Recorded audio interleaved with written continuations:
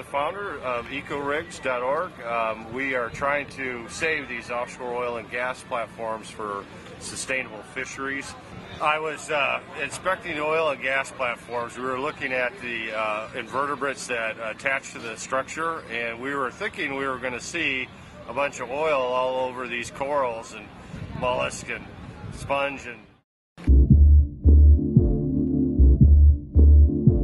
we're going offshore to visit platforms and video the marine life beneath the platforms and see what's happening as the oil passes by. I assume that there's gonna be a splash zone on the structures where it's gonna be covered with oil, and we're gonna be going in there a couple of days after it occurs. We're gonna video the marine life and see how they're responding to the exposure to the oil. Today we're heading 12 miles out of South Pass, Mississippi Canyon 194, also known as Cognac. We checked where the rip was yesterday. Looks like it's still green water, probably another 15-20 miles even past Cognac. So it extends way out there pretty good. So I suppose we're going to go out and dive what we think is the oil and dispersant plume. Take us a few water samples. Well, the first time we were out here after the spill, I guess it was 17 days after the spill, and we dove at this rig south of the river at Cognac, and we saw what we thought was a plume about 10 feet thick, and it had a little bit of cloudiness to the water, some fresh water on top, but that brown and green plume that we've seen and since, and that we think is what the dispersed oil in this dispersant seawater solution looks like, that mixture. And 17 days, like I said, it was about 10 feet thick. We came back, I guess about 3 weeks later, and it was 20 feet thick at that point, 25 feet thick, and so condensed that it was like swimming through the clouds in the sky. When you pass through a freshwater plume, it's typically green, like the green lantern haze. It's got this green glow to it. But now what we're seeing is not just a haze, it's literally a cloud-like formation, or formations, plural, on some of this. It's not hazy as much as it's a murk, and different than a freshwater murk. Like I said, this is a whole lot thicker than what we're seeing as our freshwater murks out there. These are coral reef ecosystems we're going to.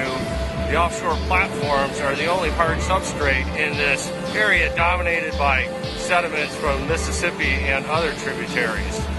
We hope to see a lot of fish, and then we'll see what's happening to the organisms that attach to the platforms. Those are sponges, corals, mollusks, barnacles, your typical coral reef organisms. They can be used for all kinds of sustainable fishery applications, such as fish hatcheries or raising marine organisms that have valuable pharmaceutical properties. Also, harvesting ornamental fish. One that's 2-3 inches long is worth $40, whereas you have to get a 40-pound amberjack to make the same amount of money. So we're trying to develop this sustainable fisheries on the offshore oil and gas platforms.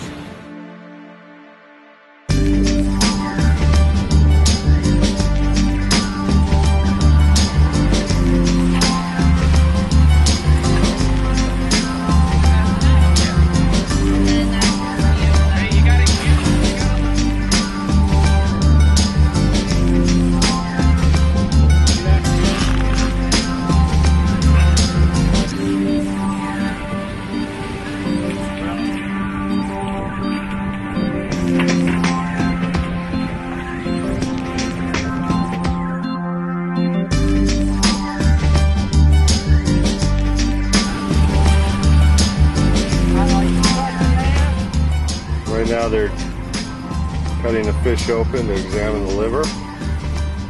And you guys will be testing it for what? Metals.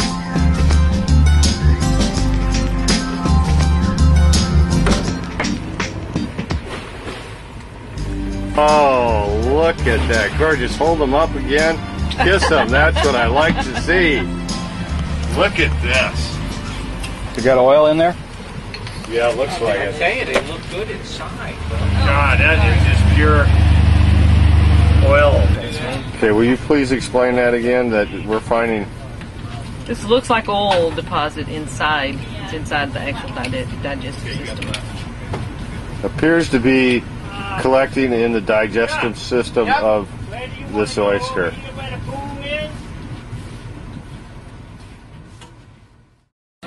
Now, what's the deeper meaning of all of this? What's the purpose of you looking for these things on the rigs in the first place? What EcoRigs is trying to do is save the platforms from being removed and utilizing them for sustainable fisheries. Well, I find this story very fascinating because it absolutely flies in the face of everything going on here. You've got this major oil spill that has everybody coming down to look at the animals, and here you guys are wanting to save oil rigs to save animals. Yes, we find it's very difficult for us to get cooperation from environmental groups. We show them our video, we show them all the fish, they ask us, where the heck is this? We tell them it's an oil rig, and they don't talk to us anymore. This is the largest collection of artificial reefs. Each time one of those get removed, about 1.5 acres, excellent coral reef is destroyed, and the whole ecosystem's destroyed.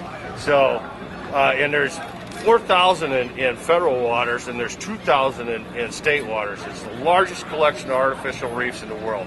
And they are 10 times better than conventional artificial reefs because they span the whole water column. You find deep water fish, mid-water fish, and shallow water fish all in the same place. These platforms are three-dimensional steel structures in the water, and they have nothing to do with greenhouse gases, global warming, that sort of thing. They are steel structures that are inhabited by coral reef organisms, and they are the most prolific ecosystems by area on the planet. Literally 30,000 fish will exist in an area half the size of a football field.